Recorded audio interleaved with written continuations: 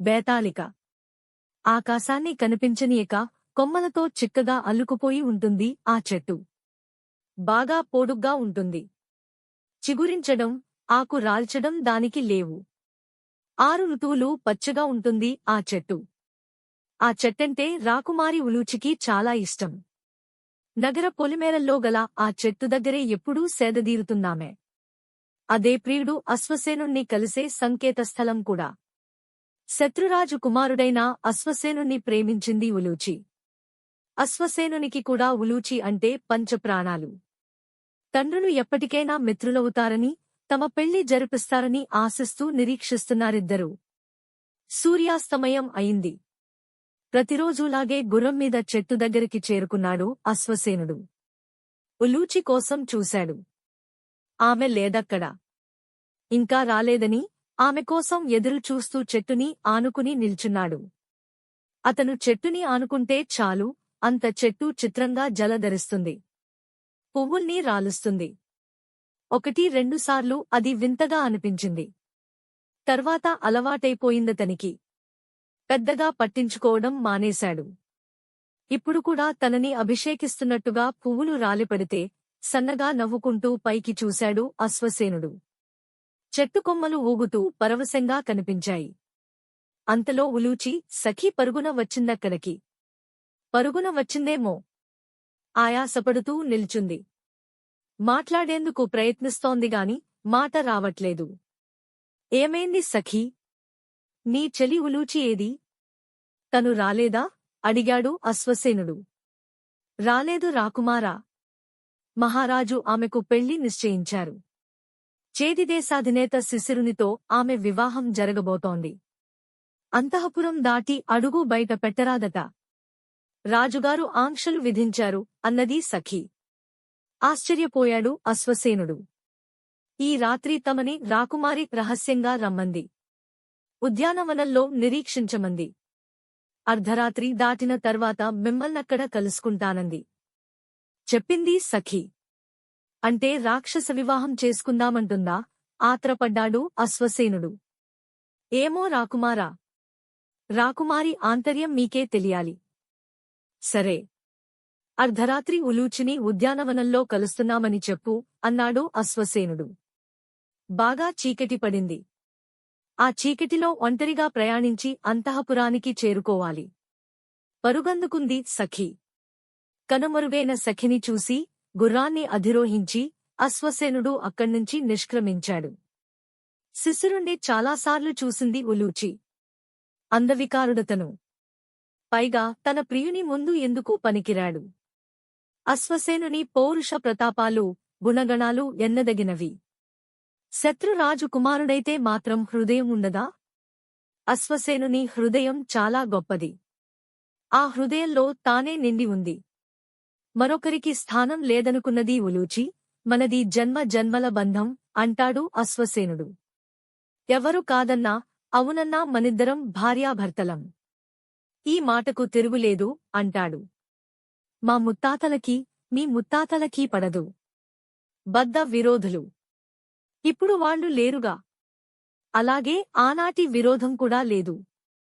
కాకపోతే 2 రాజ్యాలకు ఒకటికొకటి శత్రురాజ్యాలంటూ ముద్రపడిపోయాయి. ఆ ముద్రని మన ప్రేమ చెరిపి వెయ్యాలి, అందుకు మనం ప్రయత్నించాలి అంటాడు. ఆ ప్రయత్నంలోనే అతను ఉంటున్నాడు. తను అందుకు శాయశక్తులా కృషి చేస్తోంది.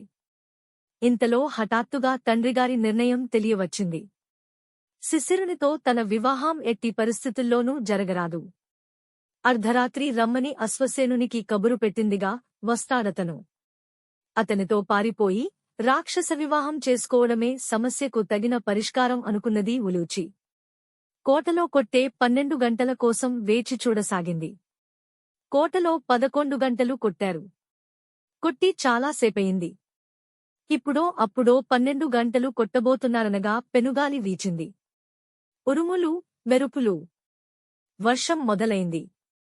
ఈ వర్షంలో, గాలిలో పాపం అశ్వసేనుడు ఎలా ప్రయాణిస్తున్నాడో ఆందోళన చెందింది ఉలూచి. 12 గంటలు కొట్టిన తర్వాత ఉద్యానవనం చేరుకునేందుకు వాతావరణం అనుకూలంగా ఉన్నదీ లేనిదీ చూసుకుని గది తలుపులు తట్టమంది సఖిని. ఆ ప్రయత్నాల్లో తానుందో లేదో నిద్రపోయి ఉంటే వేసుకున్న పథకం అంతా ఒట్టిపోతుంది అనుకుంది ఉలూచి. అంతలో 12 గంటలు వినవచ్చాయి. సఖి తలుపులు తట్టడమే తరువాయి అనుకున్నది ఉలూచి. సిద్ధంగా ఉంది. ఇంతలో తలుపు తట్టిన శబ్దం వినవచ్చింది. వెళ్ళి ఓరవాకిలిగా తలుపు తెరిచిందో లేదో పెనుగాలి గదిలోనికి ప్రవేశించింది. దీపాలన్నీ ఆరిపోయాయి. ఆసరికే అంతఃపురం అంతటా దీపాలు ఆరిపోయినట్టున్నాయి. చిమ్మచీకటిగా ఉందంతా. లోగొంతులో సఖీ సఖీ అని పిలిచింది ఉలూచి. సమాధానం లేదు. మళ్లీ పిలిచింది. మళ్లీ పిలిచింది. అయినా సమాధానం లేకపోవడంతో తెగించింది ఉలూచి. తోడు లేకుండానే చీకటిలోనే ఉద్యానవనానికి చేరుకోవాలని నిశ్చయించుకుంది. గదిలోంచి బయటికి అడుగుపెట్టింది. వసారలోనికి చేరుకుంది. అడుగులో అడుగు వేసుకుంటూ ముందుకు నడవసాగింది. వసారలోని స్తంభాలు కిందికి చావిడిలోనికి దిగేందుకు గల మెట్లన్నీ లెక్కే ఉలూచికి. ఆ లెక్క ప్రకారం నడుస్తోందామె. ఎక్కడా ఎలాంటి అలికిడీ లేదు. అంతా మంచినిద్రలో ఉన్నట్టున్నారు. మెట్లు దిగి చావిడిలోనికి చేరుకుంది ఉలూచి. మెట్లకి ఎదురుగానే ప్రధాన ద్వారం. అటుగా నడుస్తూ అప్రయత్నంగా కుడివైపు చూసింది. దూరంగా నృత్యశాలలో ఏదో వెలుగు. ఈ వేళప్పుడు నృత్యశాలలో వెలుగేమిటి? అశ్వసేనుని తీసుకుని సఖి ఒకవేళ అక్కడ ఉందా? చీకటిలో వర్షంలో తను ఉద్యానవనానికి చేరుకోవడం కష్టం అని సఖి ఈ ఏర్పాటు చేసిందేమో అనుకున్నది ఉలూచి. నృత్యశాల వైపు పరుగుదీసింది. శాలలోకి ప్రవేశించింది. నృత్యశాలంతటా ఆకుపచ్చని వెలుగు. గురుస్థానం వైపు చూసింది. అక్కడ ఓ స్త్రీ కూర్చుని ఉంది. ఆమె ఆకుపచ్చని చీర కట్టుకుని ఉంది. పరిశీలనగా చూస్తే ఆమె జుత్తు, కళ్ళు, పెదవులు, గోళ్లు అన్నీ ఆకుపచ్చ రంగులోనే ఉన్నాయి. భయపడింది ఉలూచి. ఎవరు నువ్వు? అడిగింది. సమాధానంగా సన్నగా నవ్విందామె. నిన్నే. ఎవరు నువ్వు? ఈసారి ఇంకొంచెం గట్టిగా అడిగింది ఉలూచి. నీకు బాగా కావాల్సిన దానిని. నీకోసమే వచ్చానిక్కడికి అన్నదామె. సాలోచనగా చూసింది ఉలూచి. నన్నిక్కడికి అశ్వసేనుడు పంపించాడు. నీకోసమే పంపించాడు. నిన్ను తీసుకురమ్మన్నాడు. నిజమా? ఆనందించింది ఉలూచి. అంతలోనే అనుమానించింది. అశ్వసేనుడు ఎక్కడ ఉన్నాడిప్పుడు? ఉద్యానవనంలో ఉన్నాడు. నువ్వు చెప్పిందే. నువ్వీ రాత్రి అతన్ని ఉద్యానవనానికి రమ్మన్నావట కదా? అవునవును అని నవ్వింది ఉలూచి. ఆమె అనుమానాలు పటాపంచలైనాయి. మీ ఇద్దరి ప్రేమాయణం అంతా నాకు తెలుసు. నగర పొలిమేరల్లో మీరు రోజూ ఏ చెట్టు దగ్గర కలుసుకుంటారో కూడా నాకు తెలుసు అన్నది ఆకుపచ్చ స్త్రీ. ఆశ్చర్యపోతూ చూసింది. ఉలూచి. ఈరోజు నువ్వు నీ సఖితో అశ్వసేనునికి కబురంపావు. అర్ధరాత్రి దాటిన తర్వాత ఉద్యానవనంలో అతన్ని కలుసుకోమన్నావు. మొదటినుంచీ నీకు అన్ని విషయాలు తెలుసన్నమాట అంది ఉలూచి. తెలుసు అన్నదామె. రా అన్నది. ఉలూచిని దగ్గరగా పిలిచింది. నీకు శిశిరునితో పెళ్లి ఇష్టం లేదు, అవునా? అడిగిందామె. అవును. నీ పెళ్లి అశ్వసేనునితో జరగాలి, అంతేకదా? అంతే. పదైతే అన్నది ఆకుపచ్చ స్త్రీ. ఉలూచి చేయి పట్టుకున్నది. కళ్ళు మూసుకుంది. ఏదో మంత్రాన్ని ఉచ్చరించింది. మంత్రాన్ని ఆమె ఉచ్చరిస్తోండగానే ఉలూచి సహా పైకి లేచింది. ఇద్దరూ గాలిలో ప్రయాణించసాగారు. ఎప్పుడైతే అంతఃపురాన్ని వదిలివారు బయటికి వచ్చారో అప్పుడు అంతఃపురంలోని దీపాలన్నీ ప్రాణం పోసుకున్నాయి. వెలిగాయి మళ్లీ.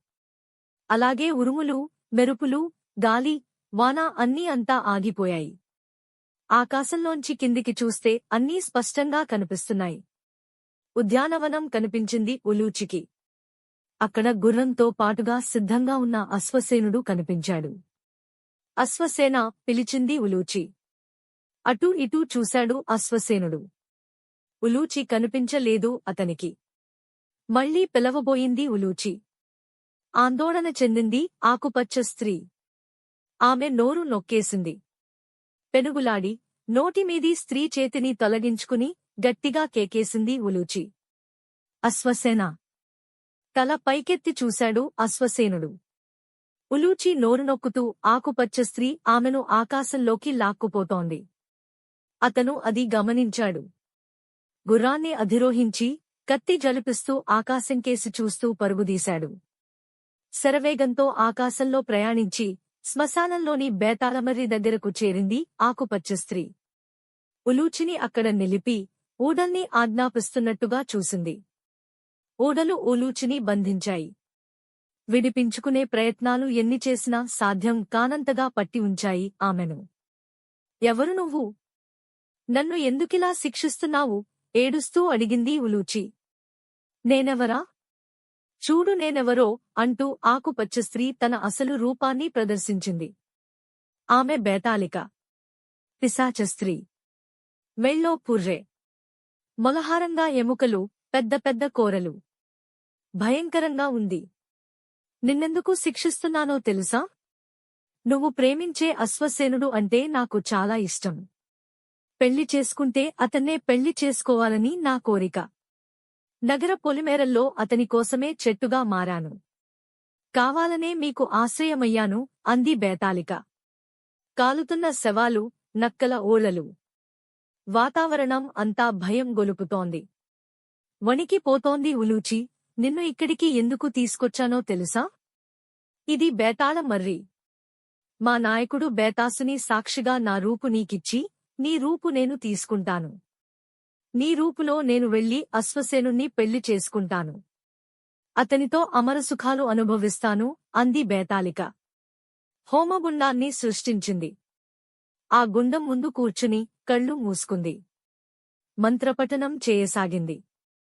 పెద్ద గొంతుతో మంత్రాన్ని పఠిస్తూ గుండంలో మొలహారంలోని ఒక్కొక్క ఎముకను వేల్చసాగింది. ఇంకా 4-5 ఎముకలే ఉన్నాయి.